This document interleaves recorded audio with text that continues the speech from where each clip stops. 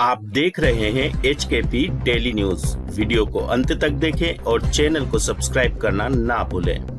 लोकसभा की गढ़वाल संसदीय सीट से भाजपा प्रत्याशी अनिल बलूनी ने अपना नामांकन दाखिल करने के बाद रामलीला मैदान में जनसभा की, जिसमें केंद्रीय मंत्री स्मृति ईरानी, सीएम पुष्कर सिंह धामी समेत भाजपा के कई दिग्गज नेता मौजूद रहे। जनसभा को संबोधित कर गढ़वाल संसदीय सीट से भाजपा प्रत्याशी अनिल बलूनी ने कहा कि कांग्रेस के शासनकाल की ये खामी ही थी कि पौड़ी में न तो पर्यटन का विकास हो पाया और न ही पलायन पर रोक लग पाई, जिस कारण अब पौड़ी समेत उत्तराखंड के पहाड़ी जिलों के खाली गांव को घोस्ट विलेज नाम पुकारे जाने लगे। बलूनी ने कहा कि युवाओं को प्रदेश में रोजगार न मिलने से वे बाहरी शहरों का रुख कर रहे हैं, जिसके लिए प्रयास किए जाएंगे कि यहां के युवाओं को प्रदेश में ही रोजगार मिल सके। बलूनी ने कहा कि उन्होंने मेरा वोट मेरा गांव अभियान चलाया तो वोट डालने के लिए वोटर्स अपने गांव आने लगे, जबकि दीपावली के बाद उत्तराखंड के लोक पर्व इगास की खोज पहचान लौटाई और प्रवासी इगास मनाने अपने गांव आने लगे। अनिल बलूनी ने कहा कि वे चुनाव जीते तो गढ़वाल की दशा सुधारी जाएगी। वहीं सीएम धामी ने भी प्रदेश और देश के ऐतिहासिक कार्य को गिनाया और कहा कि 5 सीटें भाजपा के पाले में हैं। इसके लिए कांग्रेस का चुनाव में कहीं कोई जिक्र नहीं हो रहा है। वहीं केंद्रीय मंत्री स्मृति ईरानी ने कहा कि बलूनी ने अपने कार्यकाल में गढ़वाल के विकास के लिए अथक प्रयास किए। स्मृति ईरानी ने कहा कि धारा 370 का हटाना, राम मंदिर का बनाना गांधी परिवार की सत्ता के रहते मुमकिन नहीं था। जनसभा को सुनने के लिए रामलीला मैदान भाजपा समर्थकों से भरा रहा। मैं लगातार सोचता रहा कि ये जो पौड़ी है, हमारा पौड़ी जो है, इसमें क्या कमी है? देश का कौन सा ऐसा हिल स्टेशन है जो पौड़ी के बराबर है? क्या मैं किसी हिल स्टेशन के बारे में गलत नहीं कह रहा हूँ, लेकिन मसूरी में, नैनीताल में और शिमला में ऐसा क्या है जो हमारे पौड़ी में नहीं है? यहाँ पर्यटन का विकास होना चाहिए, यहाँ पर्यटन को बढ़ावा दिया जाना चाहिए। हमारा लैंसडाउन है यहाँ पर, आप सब लोगों ने देखा है लैंसडाउन को। लैंसडाउन दिल्ली से सबसे नजदीक अगर कोई हिल स्टेशन है तो वो लैंसडाउन है। क्यों नहीं लैंसडाउन के में भी विकास होना चाहिए? वहाँ पर भी पर्यटन। जो कर्णवाश्रम है, इसको राष्ट्रीय परियोजना घोषित करवाऊंगा और जैसे अयोध्या में भगवान श्री राम का मंदिर बना है, इस प्रकार से कर्णवाश्रम में स्मारक बनेगा। मैं आप लोगों के साथ वादा करके जाता हूँ। हमारी केदार घाटी के लोग हैं, केदार घाटी में किस प्रकार से टूरिज्म का विकास होना है, हमारे चमोली जिले में किस प्रकार का होना है।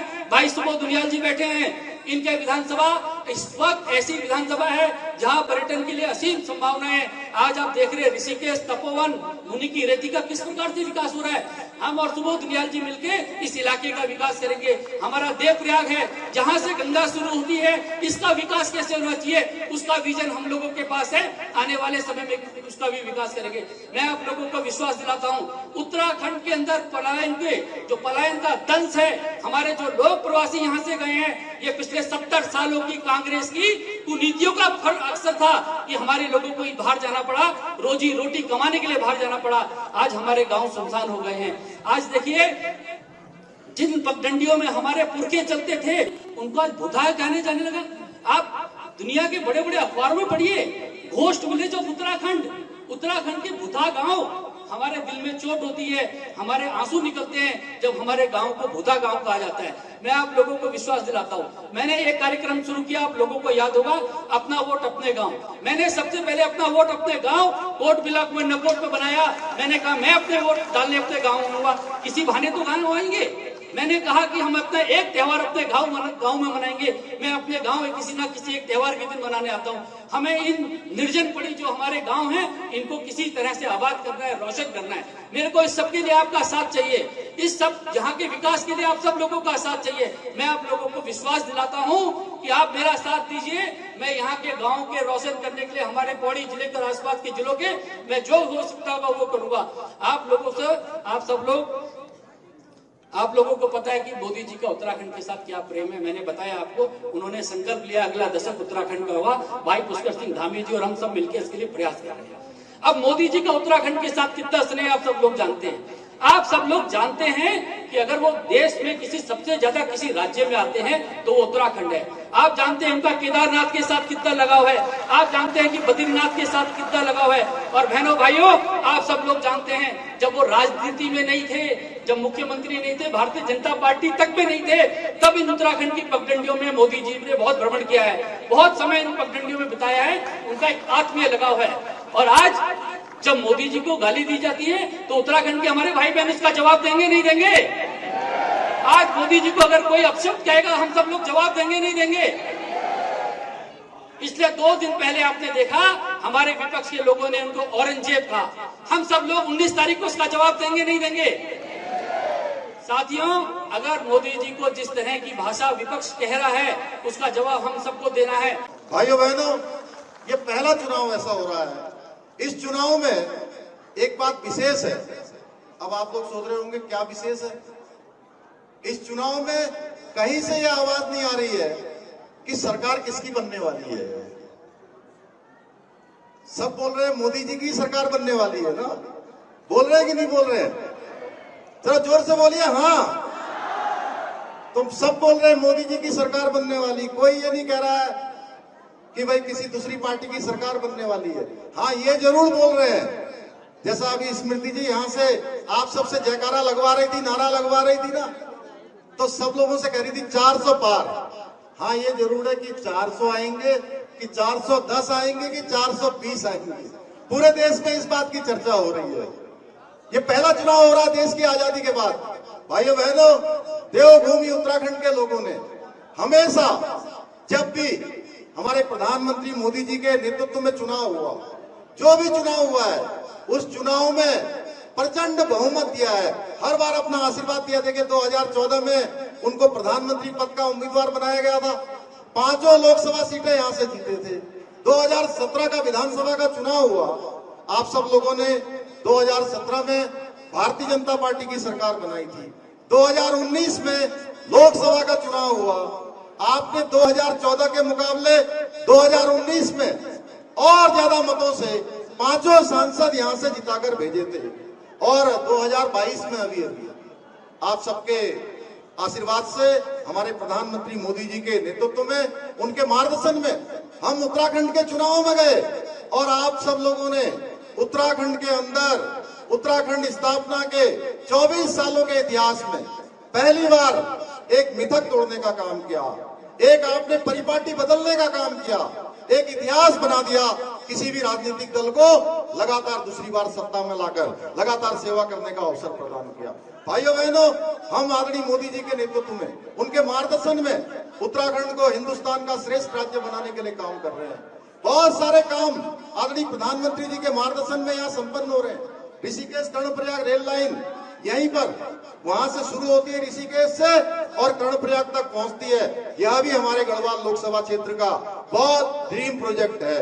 बद्रीनाथ केदारनाथ की मैं बात करूं, बद्रीनाथ जी का मास्टर प्लान बन रहा है, आप सब जानते हैं।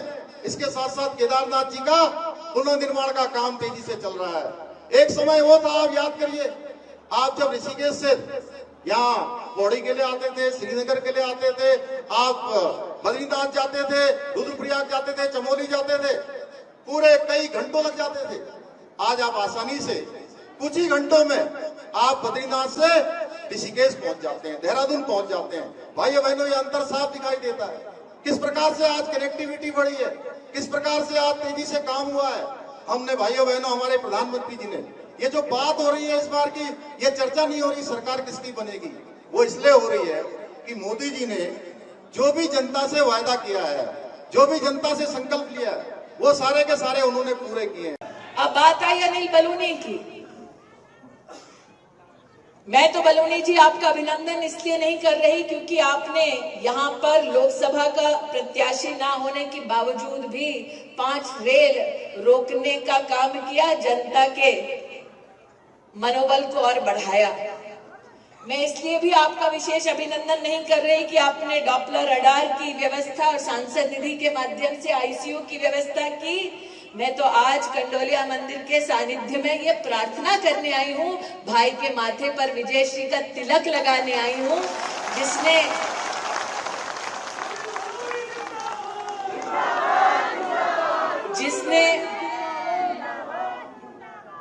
एक साधारण कार्यकर्ता के नाते पार्टी ने जब जो आदेश दिया उस आदेश का पालन किया, नियम के पथ पर चल के गौरव बढ़ाया संगठन का, और आज उसका परिणाम है कि निशंक जी, तीरथ जी और स्वयं धामी जी यहाँ विद्यमान हैं कि आपके नामांकन की इस शुभ बेला पर आपको आशीर्वाद दें।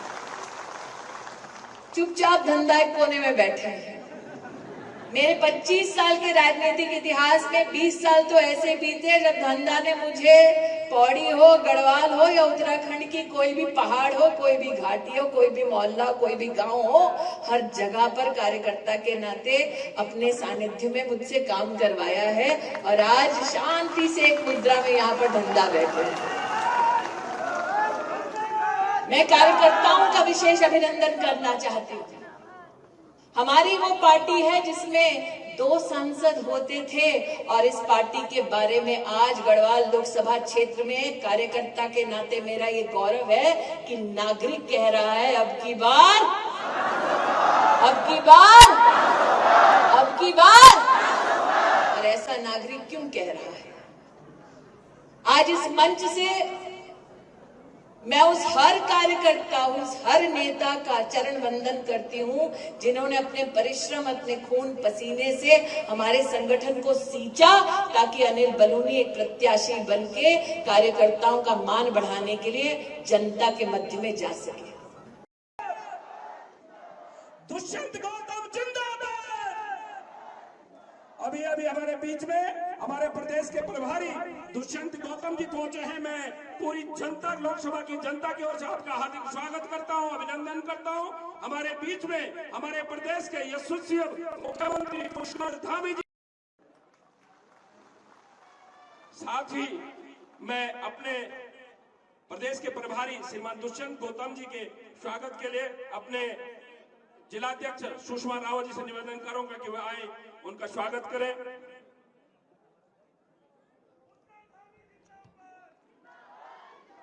मैं अपने पौड़ी के विधायक राजकुमार पौड़ी जी से निवेदन स्वागत करें। विधायक राजकुमार पौड़ी जी, जोरदार तालियों से हमारे अतिथि। आपको ध्यान होगा कभी एक सीरियल आता था कि सास भी कभी बहू है, आज हमारे बीच में हमारी नेता बनकर हमारे बीच में है। हमारे देश के चैनलों पे आप देखते होंगे किस प्रकार आपके बयान होते हैं। हमारे भारतीय जनता पार्टी के राष्ट्रीय महामंत्री और जिनके नेतृत्व में हम पिछली बार विधानसभा भी जीते हैं, फिर पुनः परचम लहराने वाला है आपके नेतृत्व में। ऐसे मनीष खंडूरी जी, हमारे मंत्री माननीय एक संघर्ष सुबोध उनियाल जी, भैया नाम लूंगा, सम्मानित विधायकगण हमारे हैं। और इससे अच्छा क्या, यह लोकसभा 100% जैसे कहा कि उत्तर प्रदेश से पूरी तरह गांधी खानदान को ही बाहर कर दिया, ऐसे लगा। तो आप सबका जयकारा जो लगना चाहिए माँ भारती के लिए, उसमें आवाज को थोड़ा और बुलंद करना पड़ेगा ताकि आवाज उठे यहाँ से और पहुंचे सीधा मोदी जी के पास। तो बोलो भारत।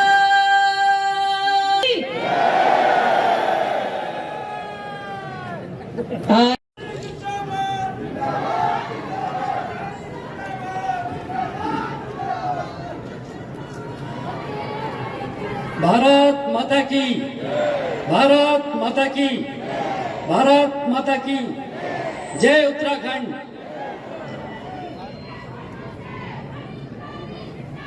आज इस